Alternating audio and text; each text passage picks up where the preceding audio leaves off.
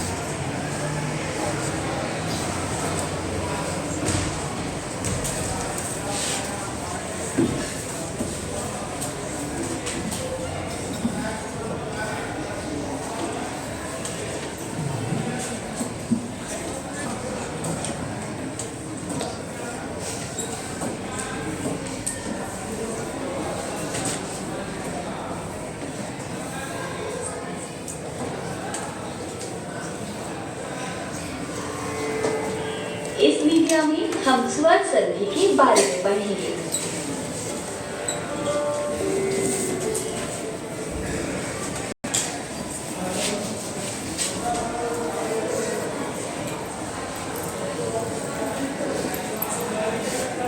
आइए पहले समझें कि संधि क्या है।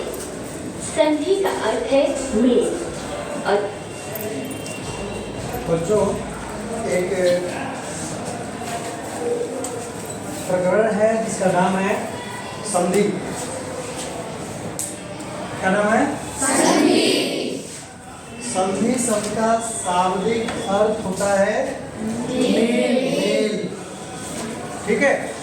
आप देखेंगे हर व्यक्ति के हाथ में, उंगली में, ये क्या है? जोड़ है। ठीक है? इस जोड़ को क्या कहते हैं? दोनों जहाँ जुड़ता है वह दो वर्णों से दो वर्णों को सार्थक मेल को क्या कहते हैं? संधि कहते हैं। क्या कहते हैं? संधि। सेम संधि है। इसके कुछ वीडियोज हैं, चलाया जा रहा है, आप इसे ध्यान से सुनेंगे, देखिए। दो सार्थक शब्दों को जोड़कर नए अर्थपूर्ण शब्द बनाना। ध्यान से सुनना। उदाहरण के लिए हम दो शब्द लेते हैं। देव का अर्थ है ईश्वर और आलय का अर्थ है घर। अब यहाँ पे आपको हम समझाएंगे, लिख करके समझाते हैं, ध्यान से सुनेंगे। संधि तो उदाहरण आया देव धन आलयः। अब हम जानेंगे, आपके मन में भी प्रश्न आएंगे कि ये देव जो है और ये आलय है। देव का अर्थ होता है ईश्वर, आलय का अर्थ होता है घर। आलय का अर्थ हो गया घर, देव का अर्थ हो गया ईश्वर। क्या अर्थ हो गया? ईश्वर। और इसका अर्थ हो गया, किसका अर्थ हो गया? आलय का। देव का अर्थ हो गया एक प्रश्न और आपके मन में उत्पन्न होगा कि देव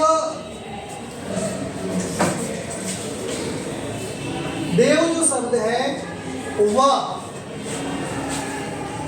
और ये आ, तो देव में कौन सा वर्ण छुपा हुआ है? कौन सा वर्ण? आ छुपा हुआ है। और आलय में आ छुपा हुआ है। ठीक है, और धन आ बराबर आप लोग पूर्व पढ़ चुके हैं, पहले पढ़ चुके हैं कि दो वर्णों के सार्थक मेल को हम क्या कहते हैं? तो अ और आ ये क्या है? वर्ण है। ये क्या है? शब्द है। क्या है? देव शब्द है, आलय भी शब्द है, और उससे निकला हुआ जो ये अ आपको दिख रहा है, आ दिख रहा है, ये दोनों क्या है? वर्ण है। दोनों वर्णों को मिला दिया हमने तो एक सार्थक वर्ण भी हो गया। ठीक, अब इसी को हम मिलाएंगे आगे तो रूप हम क्या बनेगा? देवालय, ईश्वर का घर, देवता का घर। एक और मैं उदाहरण देता हूँ, विद्याधन आलय। विद्या मतलब ज्ञान, वेरी गुड। ज्ञान, आलय मतलब ज्ञान का घर, विद्या का मंदिर, इसको बोलते हैं। एक तरह से और बोल सकते हैं विद्या का मंदिर, ज्ञान का घर नहीं, तो विद्या का मंदिर हो गया। सेम प्रक्रिया है आपका जो पहले हम जाने हैं देवालय में, इसमें भी देवा में क्या छुपा हुआ है? आलय का आ बराबर क्या हो जाएगा? कौन सा होगा? ये तो इस आ को कौन सा बोलते हैं? दीर्घा। क्या बोलेंगे? तो इसको दीर्घ कहते हैं, यानी ये हो गया दीर्घ स्वर। ठीक है, और ये हो गया ह्रस्व स्वर। ठीक है, तो मिला दिए, मिला करके हम रूप क्या बना लिए? क्या बन गया? विद्यालय। ठीक है, और वीडियो नहीं चलाते हैं तो ध्यान से देखते चलिए आगे। ये दो सार्थक शब्द हैं क्योंकि इनका अपना एक विशिष्ट अर्थ है। देखिए, आप देखिए इसके माध्यम से वहां मैंने बनाकर से आपको बता दिया, आपके सामने प्रेजेंट कर दिया शब्द को, तो बता दिया कि ये सार्थक शब्द, दो शब्द जब दो वर्ण शब्द जब मिलते हैं तो दोनों का अर्थ सार्थक होना चाहिए। ये नहीं कि एक का अर्थ हो अनर्थक हो जाए, एक का अर्थ सार्थक हो, तो आप शब्द को बना सकते हैं, ऐसा नहीं बनेगा। दोनों शब्द हमारे क्या हो? सार्थक हो, दोनों का सही अर्थ होना चाहिए। यदि दोनों का सही अर्थ नहीं होता है तो आपका शब्द क्या हो जाएगा? गलत हो जाएगा, निरर्थक हो जाएगा। उसका अर्थ कहीं से आप कहीं से मतलब बोलने, सुनने, सुनाने के लायक वो शब्द नहीं है। ठीक है, इसको सुनते हैं आगे। यहाँ प्रथम पद का अंतिम वर्ण क्या है? वह जिसके उच्चारण से मैंने इसको स्वर निकलता बताया है। आपको, आगे चलते हैं इसको। यहाँ आपने देखा कि दो सार्थक शब्दों के प्रथम और अंतिम वर्णों के लेने से कोई परिवर्तन नहीं। समझ लीजिए आप, ये जो दोनों पद हैं वह और आगे का आ, तो प्रथम पद का अंतिम वर्ण, प्रथम पद क्या हो गया? देव, देव हो गया प्रथम पद। उसका अंतिम वर्ण क्या है? स्वर है, स्वर है। हम इंग्लिश में पढ़े हैं, आप वॉवेल्स पढ़े, क्या पढ़े? वॉवेल्स पढ़े ना? वॉवेल्स कितने होते हैं? 5 A E I O U। लेकिन हम संस्कृत में क्या पढ़ेंगे? स्वर पढ़ेंगे, दो स्वर। कौन? एक ह्रस्व स्वर, दूसरे तो ह्रस्व स्वर जो होते हैं ये ह्रस्व स्वर, और को हम क्या कहते हैं? ह्रस्व स्वर। आ, ई, उ, री, लिरी, ये क्या है? ह्रस्व स्वर। ह्रस्व स्वर में वर्ण होते हैं 5। ठीक है, कितने वर्ण होते हैं? 5। ये कहा आप ह्रस्व स्वर में वर्ण होते हैं अ, ई, उ, री एवं लिरी। ठीक है, और आएगा आपको आगे दीर्घ स्वर। क्या होगा? दीर्घ स्वर। इसमें आ जाएगा आ, ई, उ, री,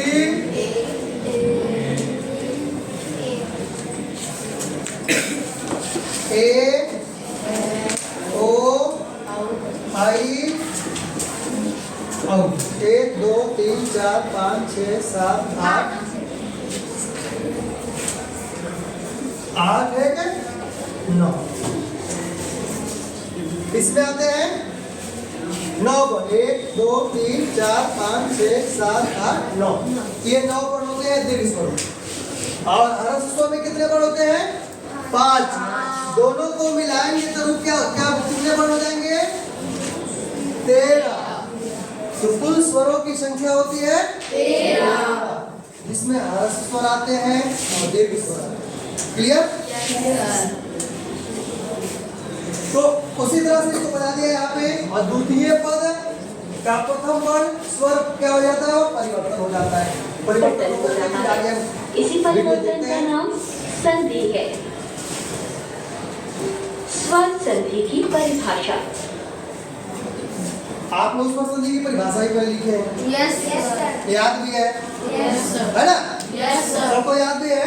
स्वर संधि की परिभाषा सूत्र है परः सन्निकर्षः संहिता। आप देख लीजिएगा, परः सन्निकर्षः संहिता कहता है कि अर्थात जब 2 या 2 से अधिक स्वर, जब 2 या 2 से अधिक स्वर आपस में मिलते हैं तो उनके मेल से जो नया परिवर्तन होता है उसे स्वर संधि कहते हैं। देखो कितना इजी इसकी परिभाषा है। ठीक है, दोनों मिलते हैं तो क्या, और दोनों मिलकर के उनके मेल से जो नया परिवर्तन हो जाता है, नया परिवर्तन होता है उसे स्वर संधि कहते हैं। ठीक है, स्वर संधि कहते हैं। स्वर संधि के कितने भेद? स्वर संधि के कितने भेद? 2। स्वर संधि के 5 भेद। अर्थात जब 2 या 2 से अधिक ठीक है। स्वर आपस में मिलते हैं तो उनके मेल से जो नया परिवर्तन। देखो स्वर संधि के कितने भेद हैं? 5 भेद। कितने भेद? 5 भेद हैं। इसके 5 भेद हैं? स्वर संधि। स्वर संधि के, स्वर संधि के 5 भेद हैं। कौन कौन है? तो पहले जान लीजिएगा। दीर्घ, गुण, यण, वृद्धि और आयादी संधि। ये 5 होते हैं। किसके होते हैं? स्वर संधि के, है ना? क्या कि दीर्घ है, गुण है, यण है, वृद्धि है और आयादी है। ये और संधियां कितनी होती है? 30। कौन कौन? स्वर संधि, व्यंजन संधि, विसर्ग संधि। Very good. स्वर संधि, व्यंजन संधि और विसर्ग संधि। ये स्वर संधि के कितने भेद? 5 भेद। 5 भेद में सबसे पहले हम लोगों ने अभी पढ़ा किसको? दीर्घ को। ठीक है, ये दीर्घ संधि है। दीर्घ संधि को हम लोगों ने पढ़ा है और आगे हम पढ़ेंगे गुण संधि। कौन सा संधि पढ़ेंगे? गुण संधि पढ़ेंगे। गुण संधि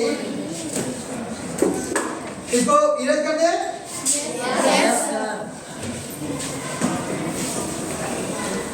गुण संधि का सूत्र है आद गुणः। कौन सा सूत्र है? आद गुणः।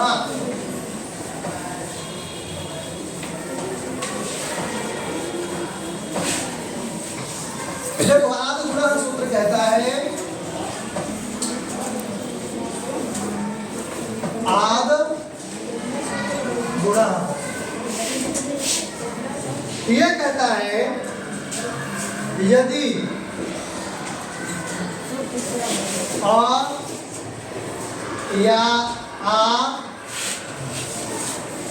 के बाद में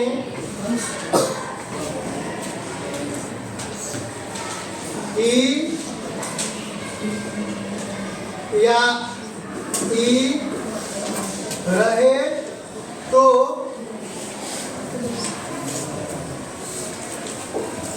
गुण ए हो जाता है। ठीक है, क्या रहता है तो क्या रहता है, क्या देखना बोर्ड पे देखो ध्यान से। यदि अ या आ के बाद ई या ई रहे तो गुण ए हो जाता है। एक मैं उदाहरण देता हूँ, कौन सा संधि के, गुण संधि। ठीक है, गुण संधि के उदाहरण में देता हूँ, ध्यान से सुनेंगे, ध्यान से देखेंगे बोर्ड पे आप। जैसे बनाया मैंने रामा धन ईसा, क्या बना लिखा मैंने, रामाधन। देखो प्लस को कभी भी संस्कृत में हम लोग पढ़ते हैं तो इसको बोलते हैं धन। ठीक है, और माइनस के चिन्ह को बोलते हैं क्या, प्लस के चिन्ह को बोलते हैं धन, और माइनस के चिन्ह को क्या बोलते हैं, ऋण। तो इसको धनात्मक कहते हैं, इसको ऋणात्मक कहते हैं। ठीक है, लेकिन यहाँ पे ये धन है, ये ऋण है, तो हमें क्या लिखना है, प्लस लिखना है। प्लस को हम क्या बोलते हैं, धन बोलते हैं। रमा धन ईसा। क्लियर। अब यहाँ देखेंगे कि रमा माँ में क्या है, माँ में क्या है, आर। आपकी परिभाषा क्या कर रही है, यदि अ या आ के बाद, तो अब देखिए आगे बताएं। माँ में क्या है, आ है, आ के बाद में हम क्या करेंगे, धन का निशान देंगे। फिर ईसा में जो ई है, बड़ी है ना, बड़ी की मात्रा है, ये ई परिभाषा में कहाँ मिलता है, यहाँ मिलता है, और ये आ कहाँ मिलता है, यहाँ मिलता है। ठीक है, तो दोनों मिल गया, आ और ई, आ और ई को मिला दिए तो हम क्या हो गया, ये ए बन गया। ठीक, इसी को हम आगे ले चले तो एक आपका शब्द बन गया, कौन, रमेशा। तो दोनों का अर्थ हो गया, ध्यान रखिएगा, ये दोनों का सार्थक अर्थ होना चाहिए, तभी आपका शब्द कंप्लीट होगा, बनेगा। तो रमा मीन्स होता है, क्या होता है रमा मीन्स, लक्ष्मी, और इस मतलब स्वामी। लक्ष्मी के अधिपति कौन, भगवान विष्णु। कौन है, भगवान विष्णु। तो रूप बन गया यहाँ पे लक्ष्मी, रमा मतलब लक्ष्मी, ईसा मतलब स्वामी। जो लक्ष्मी के स्वामी है, अधिपति है, वो कौन है, भगवान विष्णु है। अर्थ हो गया रमेशा, रमेश का होता है सात्विक, ले लेंगे हम विष्णु। आई बात समझे। एक उदाहरण इसका और मैं देता हूँ, किससे, अ से। पहले तो हम लोग आ से बना लिए, आ से बना लिया मैंने, अब बनाएंगे क्या, अ शब्द। आ है कि नहीं, अ है, यस सर। अ से बनेगा, अ से क्या बनेगा, रेशा। कौन बच्चा बताएगा, क्या अ से, अ से क्या बनेंगे, सूर्य और ईसा। Very good. सूर्य, धन, ईसा। इंद्र, सूर्यधन इंद्र। अब देखो र में क्या है, अ है, और इंद्र का ई है, मिलके क्या बन जाएगा, अ। चूंकि यहाँ का अ और यहाँ का ई दोनों को मिला देंगे तो रूप बनेगा हमारा ए। आगे बन जाएगा, रूप बन जाएगा, क्या बन जाएगा, सुरेंद्र। अब अर्थ जान लो, ये सूर्य मतलब होता क्या है, देव। सूर्य मतलब देवता, और इंद्र मतलब स्वामी, जो देवताओं के इंद्र, देवताओं के स्वामी उनको बोलेंगे क्या? सुरेंद्र। सूर्य मतलब क्या होता है? क्या होता है? देवता। और इंद्र मतलब स्वामी। जो देवताओं के स्वामी है वो है इंद्र। ठीक है, वो है इंद्र, वो भगवान इंद्र है। तो सुरेंद्र का भी अर्थ हो जाता है इंद्र। ठीक है, दो इसका जान गए हम लोग, है ना। अब इसी में इतने से ही काम नहीं चलेगा, दूसरा सूत्र का एक और है। एक और यदि परिभाषा हम लिखते हैं इसका दूसरा, यदि अ या आ के बाद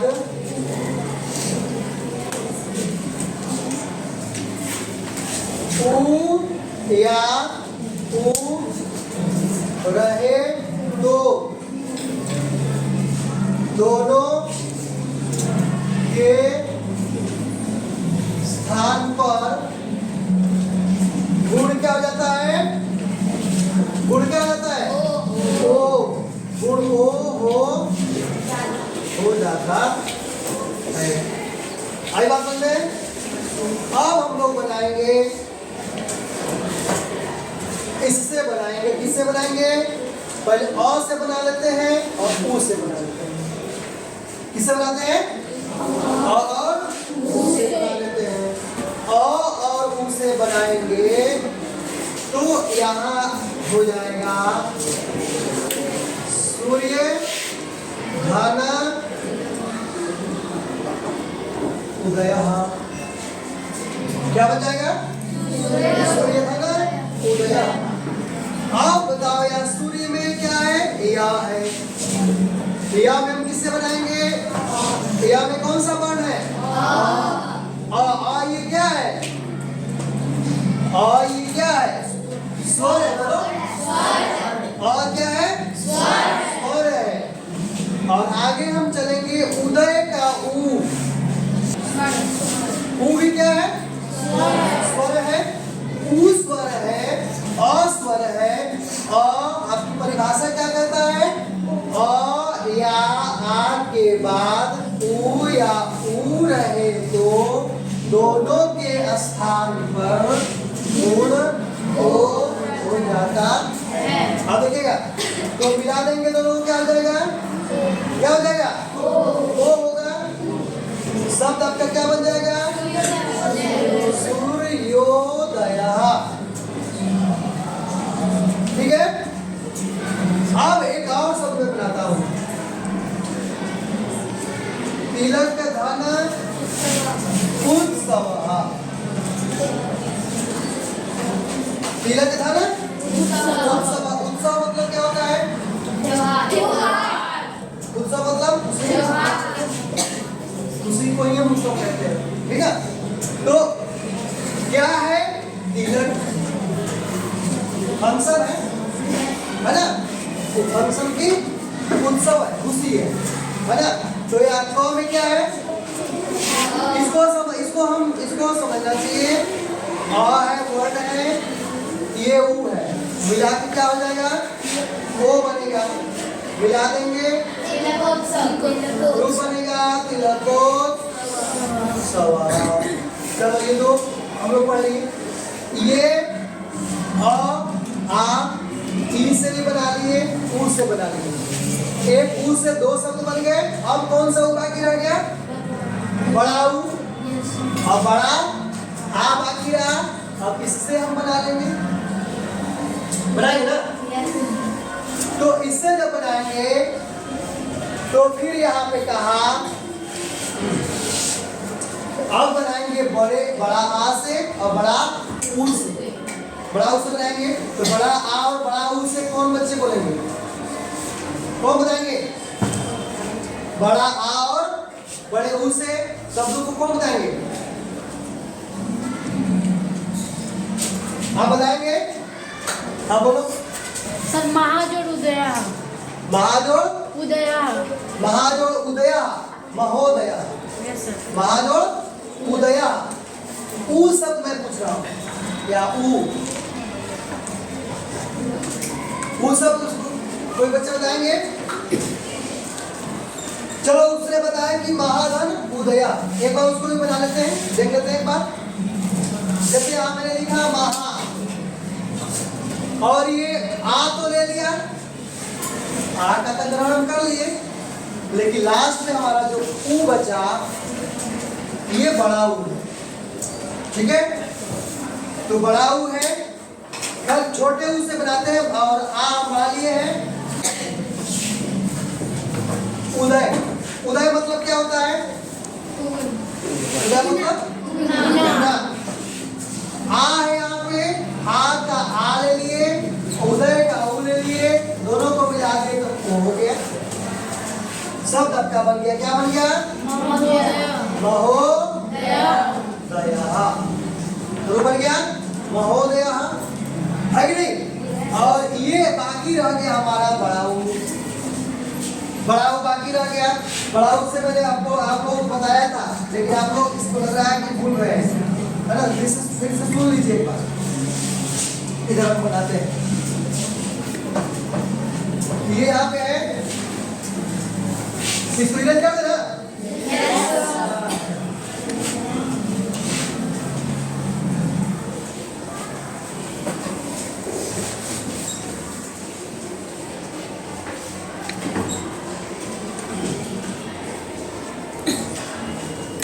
जैसे मान लिया कि हमने आ लिया,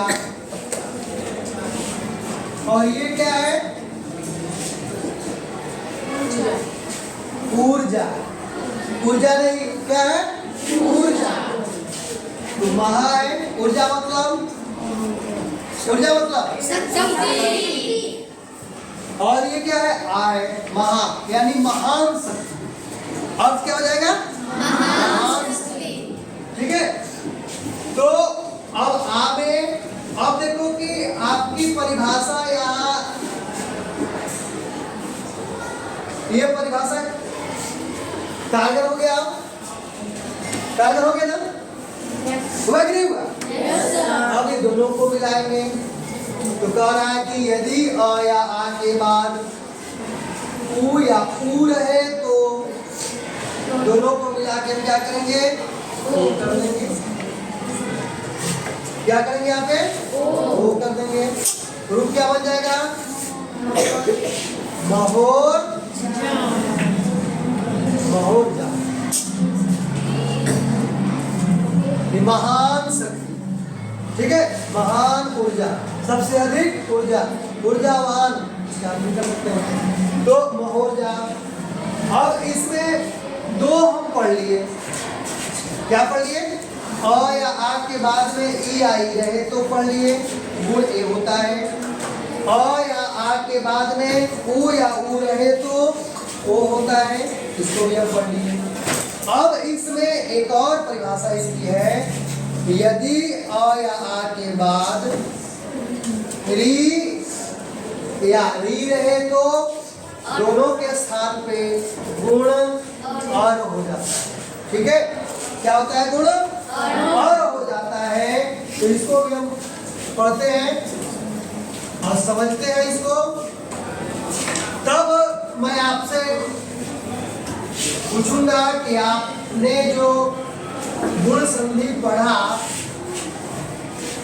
उसमें से यदि किसी को कोई क्वेश्चन है तो आप उनसे पूछें, फिर उसके बारे में वो समझेंगे। और देखो इसको लिखते हैं, यदि आ के बाद में री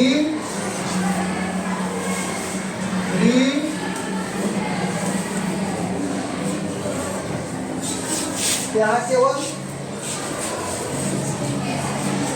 एक ही री रहे तो दोनों के स्थान पर और